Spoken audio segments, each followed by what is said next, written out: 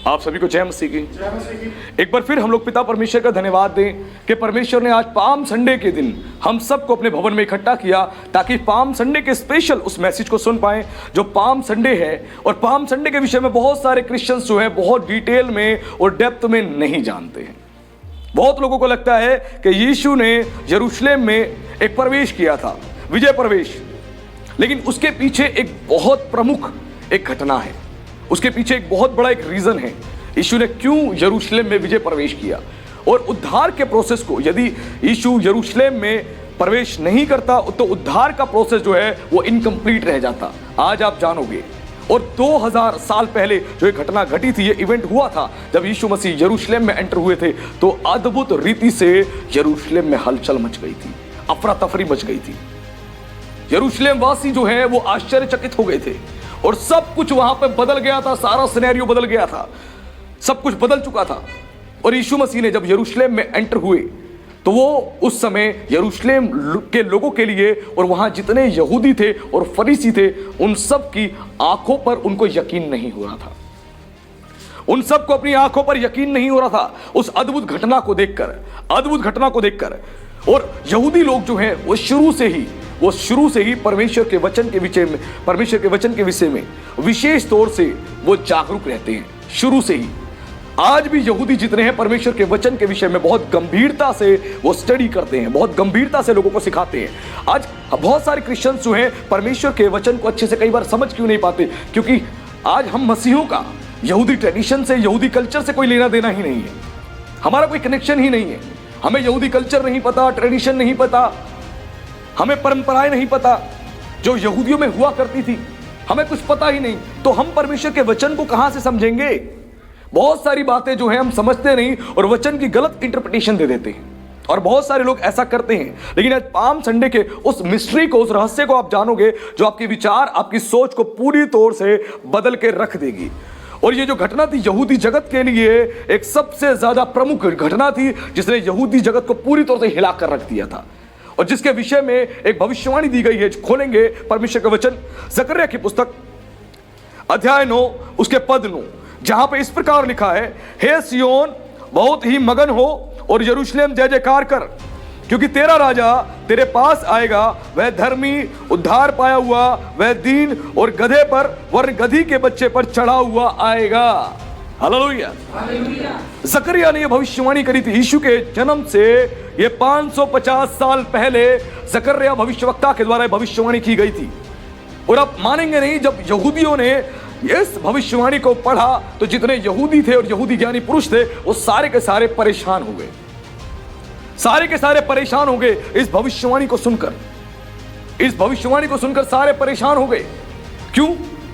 इसीलिए परेशान हो गए क्योंकि मसीह को बाइबल में राजा बताया गया है कि मसीह राजा आएगा, और जितने राजा थे वो सारे घोड़े पर सवार होकर आते थे, सारे के सारे घोड़े पर सवार होकर आते थे। इसीलिए यहूदी परेशान हो गए कि जकरिया ने जो भविष्यवाणी करी उसमें उसने मसीह के बारे में बताया कि मसीह जो है गधे पर बैठ कर आएगा, मसीह जो है गधे पर बैठ के आएगा। वो इस बात से बड़ा परेशान रहे। और यहां पर भविष्यवाणी में बताया गया, उसने क्या बोला, कब आएगा मसीह। यहां पे साइन बताया गया है, एक साइन बताया गया है, बोला हे सियोन बहुत ही मगन और यरूशलेम जय जयकार कर। यानी कब आएगा मसीह? वो जब आएगा जब सियोन यानी इजराइल और यरूशलेम जय जयकार कर रहा होगा, उस समय मसीह आएगा। और मसीह ठीक उसी समय आया जब इजराइल और यरूशलेम जय जयकार कर रहा था। और यहूदी ज्ञानी पुरुष बताते हैं ये वो समय था जो इस पृथ्वी की उत्पत्ति से लेकर और यीशु मसीह के इजराइल में रहने तक उस समय तक घटा ही नहीं था। और यीशु मसीह के समय में ही वो तमाम प्रमुख घटनाएं घटी थी। यानी इजराइल में और यरूशलेम में इतने चिन्ह, इतने चमत्कार प्रकट हुए जो कभी दिखाए ही नहीं गए थे।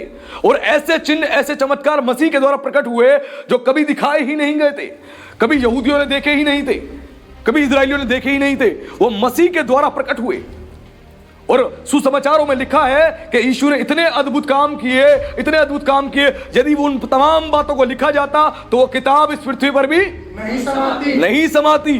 पूरा यरूशलेम हिल चुका था, यहूदी हिल चुके थे, इतने यीशु ने चमत्कार किए। यीशु मुर्दे जिंदा कर रहा था, लंगड़े चला रहा था, अंधे देख रहे थे, गूंगे बोल रहे थे, कोढ़ी शुद्ध हो रहे थे, अद्भुत रीति से लोग बदल रहे थे, अद्भुत रीति से लोगों के अंदर परिवर्तन आ रहा था और ऐसे चिन्ह चमत्कार देख रहे थे उन्होंने कभी नहीं देखे। जगत की उत्पत्ति से लेकर यीशु मसीह के आने से पहले कभी नहीं देखे थे उन्होंने। कभी भी इतने भविष्यवक्ता आए, इतने नबी आए, इतने चिन्ह चमत्कार कभी प्रकट ही नहीं हुए।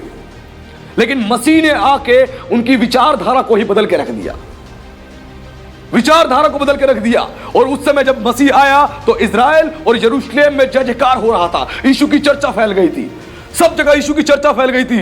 एक भविष्यवक्ता है यीशु नासरी, नासरत का यीशु, जो मुर्दे जिंदा कर रहा है, लंगड़ों को चला रहा है, अंधों को आंखें दे रहा है, गूंगों को जुबान दे रहा है, अद्भुत काम कर रहा है। 5000 भीड़ को उसने खिला दिया। अद्भुत यीशु की चर्चा हो रही थी जो किसी भविष्यवक्ता के द्वारा कभी नहीं हुआ।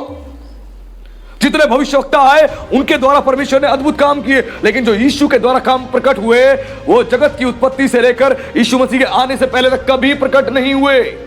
उस समय पूरे इजराइल में और यरूशलेम में अद्भुत चर्चा फैल गई थी, अद्भुत चर्चा, हर घर में चर्चा हो रही थी यीशु की। चौराहे पे लोग इकट्ठे होते थे, वहां पे यीशु की चर्चा हो रही थी। मंदिर में इकट्ठे होते थे आराधना के लिए, वहां यीशु की चर्चा हो रही थी। यहूदियों के बीच में यीशु की चर्चा हो रही थी, फरीसियों के बीच में यीशु की चर्चा हो रही थी। यीशु की चर्चा ही चर्चा हो रही थी। पूरा यरूशलेम और पूरा इजराइल उस समय जय जयकार कर रहा था, परमेश्वर का जय जयकार कर रहा था और वो आनंदित और मगन था। जितना अद्भुत काम वहां पे देखा उन्होंने, जितना अद्भुत काम देखा। और उसके बाद जब यहूदियों ने इन तमाम इस भविष्यवाणी के ऊपर जब उन्होंने दृष्टिकोण अपना डाला और जब इस पर उन्होंने अध्ययन करना शुरू किया, वो परेशान हो गए, वो परेशान हो गए, वो बेचैन हो गए, क्योंकि मसीह को राजा के रूप में बताया गया है और राजा जो है वो घोड़े पर आते हैं। लेकिन यहां पर जकर्याह जो है इस बात का संकेत दे रहा है जो मसीह आएगा वो घोड़े पर नहीं, किस पर आएगा? गधे पर, वरन गधे के बच्चे पर सवार होकर आएगा।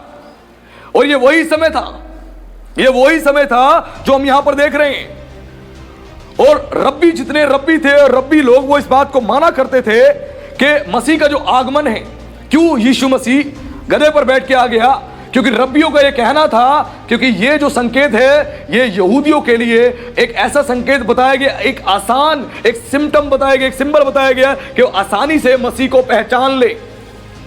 क्योंकि जो भी गधे पर बैठकर आएगा वो ही मसीह होगा, वो ही मसीह होगा, यहूदियों के द्वारा बताया गया। इसीलिए यीशु मसीह जो है गधे पर बैठकर आया। एक आसान, एक चिन्ह बताया गया कि यहूदी आसानी से पहचान ले। और वचन कहता है कि जब यीशु आया तो उस समय लोग आनंदित और मगन हो गए थे, यीशु को देखकर आनंदित और मगन हो गए थे। क्यों? क्योंकि जकर्याह भविष्यवक्ता की यही भविष्यवाणी को वो पूरा होते हुए देख रहे थे। यीशु गधे पर बैठा हुआ था और यीशु गधे पर बैठकर आ रहा था और पूरा यरूशलेम और जितने लोग थे वहां पे सारे जय जयकार कर रहे थे, सारे जय जयकार कर रहे थे, क्योंकि जकर्याह भविष्यवक्ता की दी गई भविष्यवाणी पूरी हो रही थी, पूरी हो रही थी। और यीशु मसीह गधे पर बैठकर ही क्यों आया? उसने गधे का ही चुनाव क्यों किया? बाइबल इसके विषय में बताती है। यहूदी रब्बी जो है वो बताते हैं, यहूदियों का पवित्र ग्रंथ है एक मिद्रास, मिद्रास के अंदर बताया गया है, जो हिब्रू शब्द है, हिब्रू में गधे को कहा जाता है हमार, हमार कहा जाता है, हमार शब्द है। और हमार का एक रूट मीनिंग है जो है होमर, HOMER, होमर। होमर का मतलब है कि पूरी तौर से एक धन संपत्ति या भौतिकवाद का संकेत है, धन संपत्ति और एक भौतिकवाद का संकेत देता है। जो हिब्रू शब्द इस्तेमाल हुआ है गधे के विषय में, हिब्रू बाइबल के अंदर वो शब्द इस्तेमाल हुआ है होमर, HOMER, जिसका अर्थ है भौतिकवाद या धन संपत्ति। वो इस बात का संकेत था, गधा इस बात का संकेत था। और साथ में दूसरा जो अर्थ बताया गया वो है संसार की सेनाएं। ये दो सिम्टम्स दिए गए हैं यीशु का गधे पर बैठ के आने के लिए, क्योंकि कोई भी घटना ऐसे नहीं घटी, उसके पीछे अद्भुत परमेश्वर की योजना थी। परमेश्वर कोई भी काम ऐसे नहीं होने देता, उन कामों के पीछे परमेश्वर की अद्भुत एक प्लानिंग थी, अद्भुत प्लानिंग थी। और जितने यहूदी हैं वो इस बात को भी बताते आए हैं। अब्राहम जो था, अब्राहम जब अपने बेटे इसहाक को बलिदान चढ़ाने के लिए लेकर जा रहा था तो गधे पर उसने सारी बलिदान की सामग्री रखी हुई थी, सारी बलिदान की सामग्री गधे पर रखी हुई थी और वो गधे पर लेकर जा रहा था। वो इस बात का संकेत था कि मसीह जो आएगा वो गधे पर आएगा, जो इस जगत के लिए बलिदान होगा। हालेलुया, जगत के लिए जो बलिदान होगा वो गधे पर ही बैठकर आएगा। इसीलिए मसीह गधे पर बैठकर आया। और साथ ही साथ एक संकेत और बताया जाता है, एक संकेत और बताया जाता है मसीह के विषय में कि गधे पर बैठ के क्यों आया। क्योंकि जब हम पढ़ते हैं दाऊद के विषय में, दाऊद ने जब सुलेमान का उसका राज्य अभिषेक करवाना था तो उसने अपने गधे को, अपने खच्चर को खुलवाया और उस पर सुलेमान को बिठाया और लेकर गया उसका अभिषेक करवाने के लिए, राजा बनाने के लिए, उसका अभिषेक करवाने के लिए साथ में लेकर गया। यीशु का गधे पर बैठना एक अद्भुत संकेत था। दाऊद भी उस गधे पर बैठा और वैसे ही सुलेमान जो था गधे पर बैठा और मसीह भी गधे पर बैठा। और अब्राहम अपने बेटे इसहाक को लेकर गया बलिदान चढ़ाने के लिए, और जितनी भी मटेरियल थी, जितनी मटेरियल चीजें थी बलिदान के लिए, सैक्रिफाइस करने के लिए, वो सारी गधे पर ही ला दी गई। और गधे को पूरी तौर से यहूदीवाद के अंदर एक संसार में एक तरीके से परिश्रम करने वाला व्यक्ति बताया जाता है। गधा अधिक से अधिक परिश्रम करता है और बोझा ढोता है, परिश्रम करता है और बोझा ढोता है। और वो बताते हैं वैसे ही मनुष्य के जीवन के अंदर ऐसे ही मनुष्य की जो व्यवस्था थी ऐसी हो चुकी थी, उसकी अवस्था ऐसी हो चुकी थी। मनुष्य परिश्रम करते करते थक चुका था, परिश्रम करते करते थक चुका था और पाप के बोझ से दबा हुआ था, पाप के बोझ से। इसीलिए यीशु ने एक जगह पर बोला, मत्ती उसके 11 के 28 और 29 में लिखा है, वह इस प्रकार लिखा है, हे सब परिश्रम करने वालों और बोझ से दबे लोगों, मेरे पास आओ, मैं तुम्हें विश्राम दूंगा। जैसे गधा बोझ से दबा रहता था, वैसे ही यीशु ने बताया कि तुम सब भी बोझ से दबे हुए हो। यीशु ने क्या करा, गधे के ऊपर से बोझ को हटा के यीशु खुद बैठ गया। वैसे यीशु ने कहा, हे बोझ से दबे हुए लोगों, मेरे पास आओ, मैं तुम्हें विश्राम दूंगा। क्योंकि मनुष्य जाति जबरदस्त तरीके से पाप के बोझ में दबी हुई थी, दुष्ट आत्मा के बोझ से दबी हुई थी, शैतानी आत्माओं के बोझ से दबी हुई थी। उस शैतान का कंट्रोल था उनके ऊपर, शैतानी आत्माओं का नियंत्रण था, वो दबी हुई थी। इसलिए यीशु ने कहा, मेरे पास आओ, मैं तुम्हें क्या दूंगा, विश्राम दूंगा। और आगे यीशु ने बोला, मेरा जुआ अपने ऊपर उठा लो और मुझसे सीखो, क्योंकि मैं नम्र और मन में दीन हूं। यीशु ने आगे संकेत दिया, यीशु ने बोला कि मेरा जुआ उठा लो और मुझसे सीखो, क्योंकि मन में मैं नम्र और दीन हूं। यीशु ने कहा, मेरा जुआ उठा लो, मेरा जुआ उठा लो। और यीशु का जुआ क्या है? जुआ जानते क्या होता है? जैसे पहले के समय में दो डांगर होते थे, बैल होता था, जब उनसे खेत में हल जुतवाया जाता था तो उनके गर्दन पे एक पटका होता था, एक लकड़ी का एक होता था, स्लैब होता था, पीछे हल जोतने के लिए उसको रखा जाता था, वो उसकी गर्दन पे होता था। और जो किसान है वो जब हल को जोतता था, जिससे बैल उस गर्दन पे जो उनके जुआ होता था उससे वो पूरी तौर से ऑपरेट कर सकते थे। वैसे ही जब मनुष्य के ऊपर शैतान का जुआ होता है, बोझ होता है, तो वो शैतान के द्वारा ही ऑपरेट होता है। इसीलिए यीशु ने कहा कि तू क्या कर, मेरे पास आ और अपना बोझ मुझे दे दे, मैं तुझे विश्राम दूंगा, और तू क्या कर, मेरा जुआ उठा ले। यीशु ने अपने जुए की बात करी कि मेरा जुआ उठा ले। और यीशु का जुआ क्या है? परमेश्वर की आज्ञा को मानना। हालेलुया, परमेश्वर की आज्ञा को मानना। जब परमेश्वर की आज्ञा आप मानते हैं, उसके वचन को आप मानते हैं, तो यीशु आपको आशीषित कर देता है।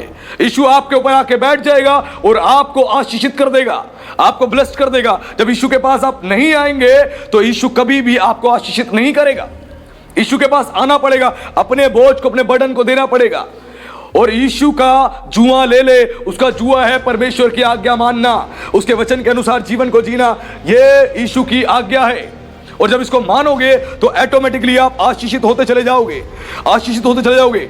और यहूदियों का मानना है यीशु का गधे पर बैठ के आना आत्मिक जगत के लिए एक ऊंचा आयाम माना जाता है, आत्मिक जगत में एक ऊंचा आयाम माना जाता है, क्योंकि मसीह जो है वो गधे पर बैठ के आया और ये एक ऊंचा आयाम था। बाद के अंदर गधे को जो है एक शांति का प्रतीक भी बताया गया है, एक शांति का प्रतीक भी बताया गया है, एक शांति का सिंबल बताया गया है गधे को, क्योंकि गधा शांत रहता है, गधा डिसेंट होता है, शांत रहता है। इसीलिए गधे को शांति का प्रतीक बताया गया यहूदीवाद में। इसलिए जब यीशु गधे पर बैठ के आया, इसको एक ऊंचा आयाम माना गया, एक ऊंचा आयाम माना गया। इसीलिए जब मसीह गधे पर बैठ के आया और जब देखा तो आनंदित और मगन हो गए। जितने फरीसी थे वो परेशान हो गए, वो डिस्टर्ब हो गए यीशु को गधे पर आते हुए देखकर, यीशु को गधे पर आते हुए देखकर। और उस समय जितने फरीसी थे वो परेशान होकर आपस में बुड़बुड़ाने लगे, आपस में बुड़बुड़ाने लगे, क्योंकि उन्होंने अद्भुत रीति से यीशु की अद्भुत महिमा को देखा, अद्भुत महिमा को देखा। और एक अद्भुत बात जो है हमें पता लगती है सुसमाचारों में, उसके लिए खोलेंगे हम यूहन्ना की पुस्तक अध्याय 12 उसके पद 13 में क्या लिखा है। यहां पर लिखा है कि जब सुसमाचारों में बताया कि यूहन्ना उसके 12 के 13 में, इसलिए उन्होंने खजूर की डालियां ली और उससे भेंट करने को निकले और पुकारने लगे, होशाना, धन्य है इजराइल का राजा जो प्रभु के नाम से आता है। इसीलिए वो लोग जितने इजरायली थे वो चिल्लाने लगे, वो ऊंचे स्वर से पुकारने लगे, होशाना होशाना। होशाना का मतलब होता है कि प्रभु हमारी विनती को सुन, प्रभु हमारी विनती को सुन, हम पर दया कर। इस होशाना शब्द को वो पुकारने लगे, हमारी विनती को सुन, हमें छुटकारा दे। होशाना शब्द का ये हिब्रू में मीनिंग है। और वो चिल्लाने लगे, चीखने लगे, होशाना होशाना, और बोला जो प्रभु के नाम से आता है, और खजूर की डालियां लेकर उससे भेंट करने को निकले। जो खजूर की डालियां थी वो इस बात का संकेत थी, एक विजय संकेत देता है। जो खजूर की डालियां एक विजय का संकेत देता है, एक सिंबल है। क्योंकि प्रकाशित वाक्य में जब हम पढ़ते हैं, स्वर्ग में एक बहुत बड़ी भीड़ है, एक बहुत बड़ी भीड़ है, और सबके हाथ में खजूर की डालियां हैं, और सब वहां पे हालेलुया हालेलुया पुकार रहे हैं, परमेश्वर की बड़ाई कर रहे हैं। यानी एक विजय का सिंबल है, एक प्रतीक है, और वो चीज यहां बताया गया। और ये सारे लोग खजूर की डालियां लेकर यीशु से मिलने आ गए। और आगे लिखा है, जब उसने यरूशलेम में प्रवेश किया तो सारे नगर में हलचल मच गई। क्या हुआ? सारे नगर में हलचल मच गई। और लोग कहने लगे, यह कौन है? तो लोगों ने कहा, यह गलील के नासरत का भविष्यवक्ता यीशु है। जब यीशु ने प्रवेश किया यरूशलेम में तो हलचल मच गई, वहां पे पूरी तौर से अफरा तफरी मच गई। सारे लोग इकट्ठे हो गए, क्योंकि ये उस भविष्यवाणी को होते हुए देख रहे थे जिसका इंतजार शताब्दियों से यहूदी लोग कर रहे थे, शताब्दियों से इजरायली लोग कर रहे थे, जो भविष्यवाणी को सुनते आ रहे थे और जो सिखाते आ रहे थे कि मसीह आएगा, वो गधे पर बैठ कर आएगा, गधे पर बैठ के आएगा। और जैसे उन्होंने मसीह को गधे पर बैठ के आते हुए देखा, खजूर की डालियां ले ली और उसके रास्ते में वस्त्र अपने बिछा दिए, और सारे वहां पर चिल्लाने लगे, चीखने लगे, होशाना होशाना, धन्य है जो प्रभु के नाम से आता है। क्योंकि शताब्दियों से सारे यहूदी इजरायली इस भविष्यवाणी को पूरा होने के लिए इंतजार कर रहे थे, और जब भविष्यवाणी को पूरा होते हुए देखा तो सब लोग आनंद से भर गए, जय जयकार हो गया। और आप इमेजिन कर सकते हैं कि कितनी अद्भुत रीति से उस समय वहां पर वो घटना घटी होगी। कल्पना कर सकते हैं कितनी अद्भुत, जिसका इंतजार यहूदी शताब्दियों से कर रहे थे, सैकड़ों सालों से कर रहे थे कि भविष्यवाणी पूरी होगी, मसीह आएगा, मसीह आएगा, हमें पापों से आजाद कराने, हमें छुड़ाने के लिए मसीह आएगा। वो मसीह उनके सामने था, वो सामने था। और जितने यहूदी थे वो परमेश्वर के वचन को और भविष्यवाणियों को जानते थे। आज के क्रिश्चियंस के हिसाब से वो नहीं थे। आज के मसीह लोग जो है परमेश्वर के वचनों को पढ़ते ही नहीं है, लेकिन वो ऐसे नहीं थे। वो परमेश्वर के वचन के प्रति बहुत ज्यादा सीरियस होते हैं, बड़े गंभीर होते हैं। वो आज तक बहुत गंभीर हैं, बहुत गंभीर है। लेकिन आज क्रिश्चियंस लोग जो है इतनी गंभीरता दिखाते ही नहीं। लेकिन जैसे ही भविष्यवाणी पूरी हुई, उनको पता लग गया आज जगत में कोई भविष्यवाणी पूरी हो रही होगी। आज मसीहों को पता ही नहीं होता कौन सी भविष्यवाणी पूरी हो गई। जब तक पास्टर ना बताए, कोई प्रॉफिट ना बताए, कोई बाइबल टीचर ना बताए, हमें पता ही नहीं था कौन सी भविष्यवाणी पूरी हो रही है। हमें पता ही नहीं। क्यों? क्योंकि हम जो है उन यहूदियों के मुकाबले परमेश्वर के वचन का बहुत कम से कम ज्ञान रखते हैं और कम से कम बाइबल को पढ़ते हैं। लेकिन वो ऐसे नहीं थे। जैसे ही उन्होंने देखा, एक दृष्टि में देखा उन्होंने, और देखते ही पहचान लिया यही राजा मसीह है, यही राजा मसीह है। और पूरे यरूशलेम में, इजराइल में अफरा तफरी मच गई। पूरी तौर से सारे के सारे वहां पर परेशान हो गए और बेचैन हो गए। ये कौन है, कौन है? पूछने लगे। बोला, ये तो नासरत का यीशु भविष्यवक्ता है। और सारे के सारे खजूर की डालियां लेके उसका स्वागत करने के लिए वहां पर इकट्ठे हो गए। सारे इकट्ठे हो गए। यीशु का इजराइल में, यरूशलेम में विजय प्रवेश मनुष्य जाति के उद्धार का एक महत्वपूर्ण चिन्ह था, एक महत्वपूर्ण चिन्ह था। अगर यीशु यरूशलेम में गधे पर बैठ के प्रवेश ना करते तो यहूदियों को संकेत ना मिलता उस भविष्यवाणी के पूरा होने का, जिसकी जो भविष्यवाणी जकरिया ने यीशु मसीह के जन्म से 550 साल पहले करी थी। इसीलिए उस भविष्यवाणी को फुलफिल करने के लिए यीशु गधे पर बैठकर आया। और यीशु का गधे पर बैठ के आना इस बात का संकेत था कि वो नम्र है। वो कितना नम्र है, उसकी नम्रता को दर्शाता है, उसकी नम्रता को। और हमने जब जकरिया के बारे में, भविष्यवाणी के बारे में हमने सुना तो उसमें लिखा है, क्योंकि तेरा राजा तेरे पास आएगा, वह धर्मी और उद्धार पाया हुआ होगा और वह दीन होगा। यह बताया जकरिया ने, जो राजा आएगा वो धर्मी होगा और वो उद्धार पाया होगा। यानी इतना ज्यादा धर्मी होगा जिसकी हम बात ही नहीं कर सकते, अद्भुत धर्मी होगा। और यीशु ने पूरी तौर से धार्मिकता का जीवन जिया, और यीशु इतना ज्यादा धर्मी था कि फरीसी और शास्त्री उसमें कमी ढूंढते रह गए और एक भी कमी नहीं मिली, एक भी कमी नहीं मिली। हालेलुया। वो खोज में जाते थे, कहां इसकी बातों में हम पकड़े और इस पर दोष लगाएं, और एक भी कमी नहीं मिली उनको, एक भी कमी। यीशु इतना धर्मी था, इतना धर्मी था, वो धार्मिकता से भरा हुआ था, उद्धार को अपने साथ वो लेकर आया था। और आगे लिखा है कि उसमें वह दीन है, वो दीनता है। और यीशु को देखोगे, पूरे सुसमाचारों में आप पढ़ोगे, यीशु कहीं पर भी घमंडी दिखाई नहीं दिया, कहीं पर भी घमंडी दिखाई नहीं दिया। यीशु ने दीनता से भरा जीवन जिया, यीशु दीन बन के रहा, और इतना ज्यादा दीन जितना दीन हम सोच भी नहीं सकते। यीशु इतनी दीनता से भर के जीवन को जीते रहा। यीशु सुसमाचारों में पढ़ते, यीशु कहीं पर भी हमें घमंडी दिखाई नहीं दिया, यीशु ने कहीं पर भी घमंड करते हुए दिखाई हमें नहीं देता है। वो इतनी दीनता से भरा हुआ था। यह मसीह हमें बताता है, मसीह का वचन बताता है कि हमारा प्रभु कितनी दीनता से भरा हुआ है। इसीलिए वचन में लिखा, तुम दीन बनो तो तुम्हें क्या बनाएगा परमेश्वर? तुम्हें शिरोमणि बनाएगा। तुम्हें ऐसा एक पत्थर बनाएगा जो ऊंचाइयों पर होता है, ऐसा पत्थर बनाएगा जो मुकुट में लगाया जाता है। तुम्हें शिरोमणि बनाएगा, तुम्हें ऊंचा करेगा। और मसीह की दीनता इस बात का संकेत था कि वो अपने आप को पूरी तौर से शून्य कर इस पृथ्वी पर आया था, दीन होकर आया था। उसने अपने आप को शून्य कर दिया इस जगत के लिए, अपने आप को पूरी तौर से खाली कर दिया इस जगत के लिए। मसीह हमारा जो है पूरे जगत में पूरी तौर से मनुष्य जाति के उद्धार के लिए एक मनुष्य अवतार लेकर, एक मनुष्य शरीर लेकर वो धरती पर आया था, ताकि लोगों का जीवन बचाया जाए, लोगों का जीवन बचाया जाए। यीशु का यरूशलेम में विजय प्रवेश करना एक अद्भुत संकेत था, एक अद्भुत संकेत था।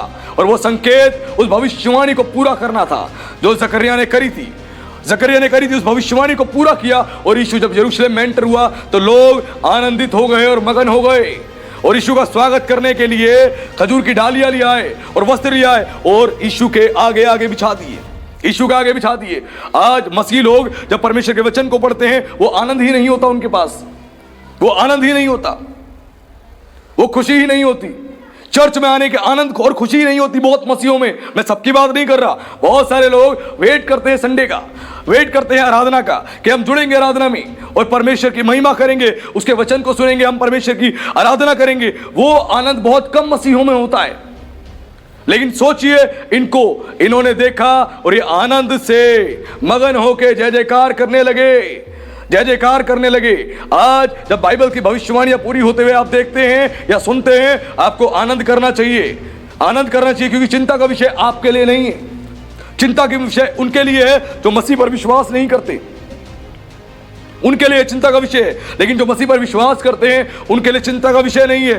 वो समय नजदीक आने वाला है जब मसीह आएगा और अपने साथ लेकर जाएगा। हालेलुया। इसीलिए अपना जीवन पूरी तौर से परमेश्वर के वचन के अनुसार जीना आरंभ करें। और यीशु के इस यरूशलेम के विजय प्रवेश के बारे में आज हमने जाना कि यीशु मसीह ने यरूशलेम में विजय प्रवेश क्यों किया, यीशु का यरूशलेम में गधे पर बैठ के आने का क्या मतलब था और यीशु क्यों आया। इस बात को हमने जाना। जैसे मनुष्य जाति दबी हुई थी, बोझ से दबी हुई थी, पाप के बोझ से, श्रापों के बोझ से, यीशु उसको उठाने के लिए आया था, उठाने के लिए आया था। जब मनुष्य अपने ऊपर यीशु को रख लेगा, यीशु के वचन को रख लेगा, तो यीशु का वचन आपको आजाद करेगा, यीशु का वचन आपको छुटकारा देगा, आपको ब्लेस्ड करेगा। और हमने जाना आज के वचन से यीशु का यरूशलेम में विजय प्रवेश मानव जाति के लिए और यहूदियों के लिए एक अद्भुत और एक शक्तिशाली संदेश था, एक संकेत था कि यीशु आ चुका है, मसीहा आ चुका है। और आज भी यहूदियों ने विश्वास नहीं किया यीशु पर, आज तक विश्वास नहीं किया, और आज भी वो किसी दूसरे मसीहा का इंतजार कर रहे हैं, किसी दूसरे मसीहा का इंतजार कर रहे हैं। लेकिन जिन्होंने विश्वास किया वो यीशु के पीछे हो लिए। आज आप सब ने जो यीशु पर विश्वास किया है, यीशु ने आपको अपना पुत्र होने का और अपनी बेटी होने का अधिकार दिया है। और यीशु के पीछे जब आप चलोगे तो वचन कहता है जो यीशु के पीछे चलता है वो अंधकार में नहीं चलता, वरन जीवन की ज्योति को पाएगा। जो यीशु के पीछे चलेगा वो जीवन की ज्योति को पाएगा। और आज के वचन से हमने जाना कि यीशु मसीह हमारा प्रभु है और वो ही मसीहा है जो मनुष्य जाति के उद्धार के लिए इस पृथ्वी पर आया और यरूशलेम में विजय प्रवेश किया। तो प्रभु का धन्यवाद। प्रभु आप सबको आशीष दे। सभी को जय मसीह।